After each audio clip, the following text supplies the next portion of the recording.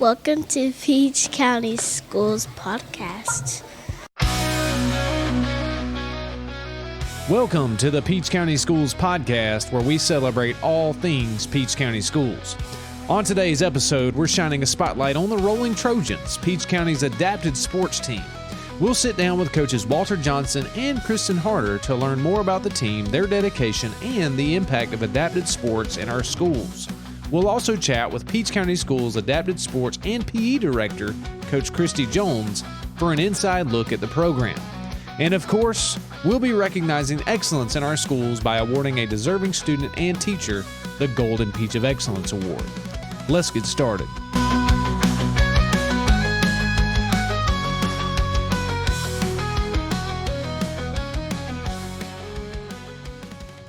From the heart of Peach County, this is Peach County Pulse. Today we have the honor of speaking with the brilliant minds behind the Rolling Trojans. First up, we're thrilled to welcome Coach Walter Johnson. A standout talent in wheelchair basketball, Coach Johnson played collegiately at Southwest Minnesota, where he earned first-team All-American honors and led his team in three-point shooting percentage. Now, in just his second year leading the Rolling Trojans, Coach Johnson's impact has been undeniable. He has been named Georgia's Adapted Coach of the Year by the GHSA, NFHS, and also earned the prestigious title of NFHS Section 3 Coach of the Year, an honor spanning 7 states. Coach Johnson, welcome to the show. Hello. Thank you for having me.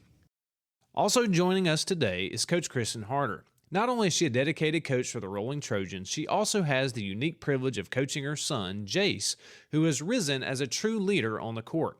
Together, Coach Harter and Coach Johnson have built a dynamic coaching duo, driving the team to new heights. Coach Harter, we are thrilled to have you here. Thank you.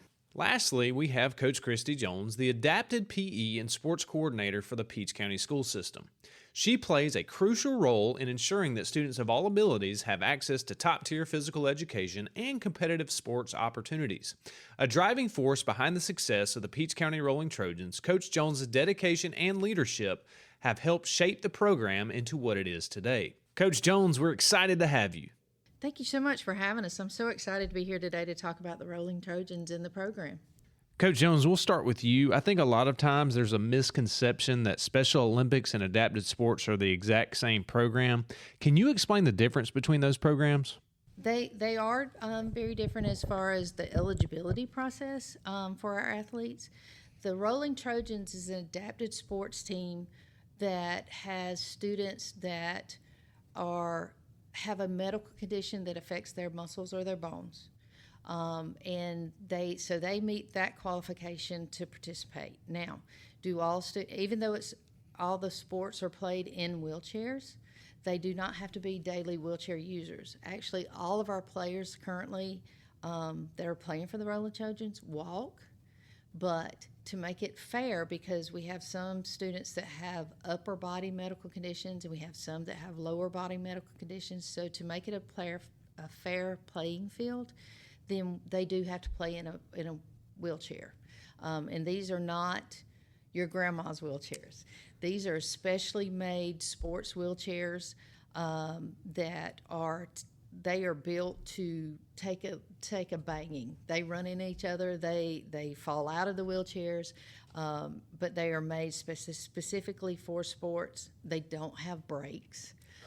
So they fly in these chairs and play in them. So the main eligibility for the Rolling Trojans is the medical component. They do not necessarily have an intellectual disability. Most of our players are sitting in a gen ed class, but are with their peers, but they have the medical that qualifies them.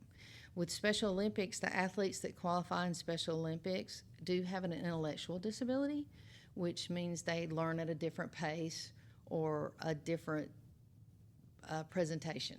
As far as they might be in a separate classroom where they can have their academics presented to them in a different way. So for Special Olympics, it's the intellectual part of the eligibility, and then for the Rolling Trojans adapted sports is the physical disability. That is an outstanding explanation. I appreciate that. It's very easy to get those two programs confused. So now that we have that understanding, Coach Johnson and Coach Harter, question for you. For our listeners that don't know, our Rolling Trojans were the 2025 Georgia State champions in wheelchair basketball. So if you look back at the season, what do you think were the key moments or turning points that helped lead the team to that incredible victory? The big thing for me was watching them communicate and play together effectively, and also the determination to win. Whether we were shorthanded, everybody was there, or it was a couple people missing, they still were determined to win no matter what. I think bringing Jeremiah on the team kind of brought the team together to where before you kind of had like these couple kids were together, these couple kids were together, and that's kind of how they would be at practice. But when Jeremiah started, right before basketball season, right at basketball season, he started. And it kind of brought everyone together. And that last practice before championship, we were going to scrimmage against them. And we ended up sitting down there. We didn't interrupt them. We didn't do nothing. They sat in a huddle for probably 10, 15 minutes and got a game plan together. Everybody was laughing and joking and having a good time. And I think that really helped take them into the championship game as a team. So talking about those kids in that huddle that are making that game plan, what makes them so special and how have they grown throughout the season? We have some kids that started with us that are still from the very beginning. We've lost a couple and we've gained a couple along the way. But the ones, they come in, they couldn't make it through a whole game. They couldn't even make it through the first quarter of a game, pushing back and forth down the court. And now, sometimes we play 2 games back to back with 20 minutes in between. And they will play the entire time without wanting to. They'll beg to come off the sidelines back into the game. I think just the endurance to keep going that long, they've all blown what I thought they could do out of the water. Like, they've improved drastically. They've done really, really good. And it's nice because we have these kids longer than a basketball season. We have a second grader, and if he continues and chooses to continue, he could go through 12th grade. That's a long time to have certain kids on your team instead of just, I'll see you this basketball season and I won't see you again until next year in basketball season. We just continue with the same kids every year, or through the year, I guess, for the whole year, so it makes it nice. Well, it also helps y'all establish those relationships, and these kids, man, just imagine having the second grader and having him as a senior in high school, how awesome he's going to be, and that relationship y'all are going to have. That's cool to think about. I definitely think about that a lot. Mm-hmm. We have a few. I'll say a few. I'm not going to. So I'll start with this one. We have one player in particular. She's the only girl on the team, so I'll say she. She started off where she was very shy and, quiet, and now she's not shy and quiet anymore. And also, another thing, how she has grown throughout this season. She's grown where I would say she's a little bit more aggressive defensively. She's communicating, telling people, hey, she's pointing, she's shooting, she's catching the ball and putting it in her lap, rolling in instead of just catching it and getting nervous and just chucking it up. Like, she's making the positive progress that we were wanting to see. It sounds like y'all have an outstanding group of kids, and I can't wait to come see them play. But let's take another perspective on this, because coaching is not just about the coaching that takes place on the court or the field. What lessons do you hope your players take away from this whole experience, both in the sports they're playing right now and in life? I think that knowing that nothing can stop you. Like, you have some kind of something that qualifies you for this team and all this, and you may not get out on a regular field and play football with the football school team or something like that, but you're going out here and you're playing for an hour and a half just as hard as everybody else is. Like, that, you can do it too. Like, it just because you're not on the school team or something doesn't mean you can't get up and do what you want to do. I love it. To not be afraid to try something different, to go into anything that you're willing to try with an open mind. Because before any of you played or knew you qualified to play adaptive sports, you probably wouldn't have tried it. And now that you have learned that you can play, we are 2 seasons in, and they're making phenomenal progress. And I just hope that they would continue to do that in their life. Yeah.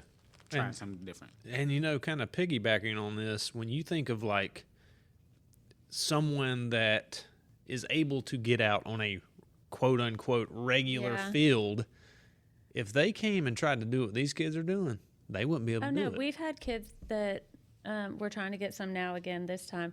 But last year, the baseball boys would come in after practice and they'd be putting their stuff up, and some of them would want to stay and help us practice. And we would, sure, the more the merrier. We can have more kids out here to scrimmage against and, whatever. And they were dying. Yeah. And they, not because they just finished their own practice, because it's not normal for them to, and you don't realize how much muscle you use. You think just because you're sitting down, it's not that much exercise. Oh, no. You try scrimmaging against those kids out there, it will kick your butt. There's absolutely no doubt that the majority of folks out there wouldn't stand a chance against these kids on the court or the field. Coach Jones, we're going to come to you real quick and kind of piggyback on what we just talked about. What is your most rewarding part of working with these student athletes? You've done this for a while. So are there any moments that stand out as especially meaningful? When you are working with students with a disability and you bring them into a situation where their parents have never been able to view them as an athlete, or think, hey, my child will never get to play on a team like his brothers or sisters. And then you bring these athletes in and you give them that opportunity to be independent, to learn new skills, and to build that confidence and that team spirit. And then you see that first Saturday, you see their parents up in the stands and they're cheering for their kids just like they do for their brothers and sisters. That is your aha moment. I've done something good. Where they are, they're seeing their kids with a new eye. Hey, my kid's an athlete. He's a part of a team, and I, and they never thought they could see that. And so that is what makes every minute or mile you put on your vehicle to make these teams. That's what makes every minute worth it. Oh, that's absolutely amazing. You three are doing a great job. The next big thing is this. How can the community continue to support this program and ensure that it continues to have success? I'd start by coming to check us out when we play locally. We have games where we play at Peach County and Fort Valley. We have games where we may play at the middle school, Byron Middle in Byron. We also play locally at Mossy Creek Middle School sometimes. The games are free, so you don't have to pay anything to come into the game. You just come in and watch the game. You may learn a thing or two. You may be interested. You may want to bring somebody the next time, and that'll help. Just like the community support. Our kids, they made it to. They are the defending state champs for wheelchair football from 2024. So they are going to be working real hard to keep that trophy in Peach County. They just came off one of the most successful seasons for a new program. They won the JV state championship in basketball. So we're starting a winning tradition, and so we just need the community to come out and see what we're about and be in the stands for the kids. So y'all heard it. Come out here and support these kids. They would absolutely love to see your face and hear you cheering for them. Coach Jones, kind of related to the community support, what's the biggest need of your program currently? Just like any other athletic program in the county, just keeping up our equipment. Our wheelchairs are especially made for our athletes. And with our grant, we were able to purchase the first set, but they are about $3,200 a piece, the wheelchairs. And that's a piece of equipment just like the football helmets and the football pads and softball bats. That's part of our equipment. So we do sell ads. We have a trailer that we purchased to pull our equipment, to get our equipment to our games and everything, and we sell ads. And so we go all over the state, so we would be happy to advertise for any business in the county that might be interested in becoming one of the team sponsors. So if a business or individual is interested in a sponsorship packet, should they just email you or call you? What would be the best way to get that packet? Either way, email or call, and I can email the packet, the sponsorship packet to them. Because we will put an ad on our trailer. We will talk about their business in our game, at all of our home games. We will do everything we can to promote the business. That sponsorship sounds like a great opportunity for businesses out there, and I'll have a little bit more information on that in just a minute. But Coach Jones, Coach Johnson, and Coach Harter, we are so thankful for you, and we are thankful that we have you in our county. I know that the Rolling Trojans appreciate everything you do. Thank you so much for being on the show. Oh, thank you for having me. Any day I can talk about these athletes is a great day for me. Thank you. Thank you. What an outstanding opportunity it was for me to interview Coach Jones, Coach Johnson, and Coach Harter. They're doing outstanding things for Peach County and the Rolling Trojans, and we are so proud of those kids. Couple of things of note. The first thing is the next home game for the Rolling Trojans is going to be May 3rd against the Houston County Sharks, and that's going to be held at Peach County High School at 11. And they'll actually have a second game on May 3rd against the Atlanta Wolfpack, and again, it'll be at Peach County High School, and that one's going to start at 3 p.m. Y'all, I promise you, I just had the opportunity to go this past weekend to watch the Rolling Trojans, and it was amazing. Another thing is the Rolling Trojans are sometimes live streamed. If you go to disabilityconnections.com, you can live stream it there, and I believe that Disability Connections also has a page on Facebook where you can live stream it as well. Another thing, the Peach County Rolling Trojans are holding a car show at Peach County High School on April 12th from 8 to 1 p.m., and the admission is free. If you want to register your car, it's $25, and they have a couple of awards that they're going to give away. For more information on that, you can call Coach Jones, and her number will be in the show notes. The Rolling Trojans exemplify why Peach is a great place to be. Now let's shine a spotlight on a standout student and an extraordinary teacher who go above and beyond every day. It's time for the Golden Peach of Excellence Awards. Golden Peach of Excellent Awards. First up in this month's awards is Miss Shawn Reagan from Hunt Elementary School. Miss Reagan has been working as a tutor and lead teacher in the migrant education program for the past 5 to 6 years. She goes above and beyond to support migrant students in Peach County. Miss Reagan consistently implements effective instructional strategies to help her students improve in reading and math.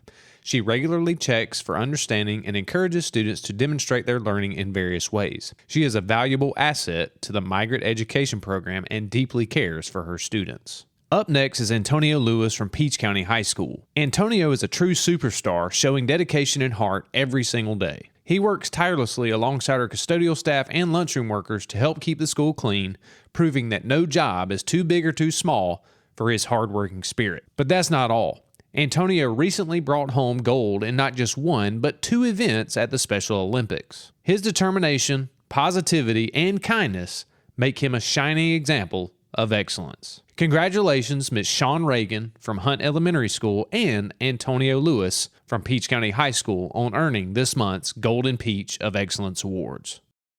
Thank you for listening. Thank you for listening.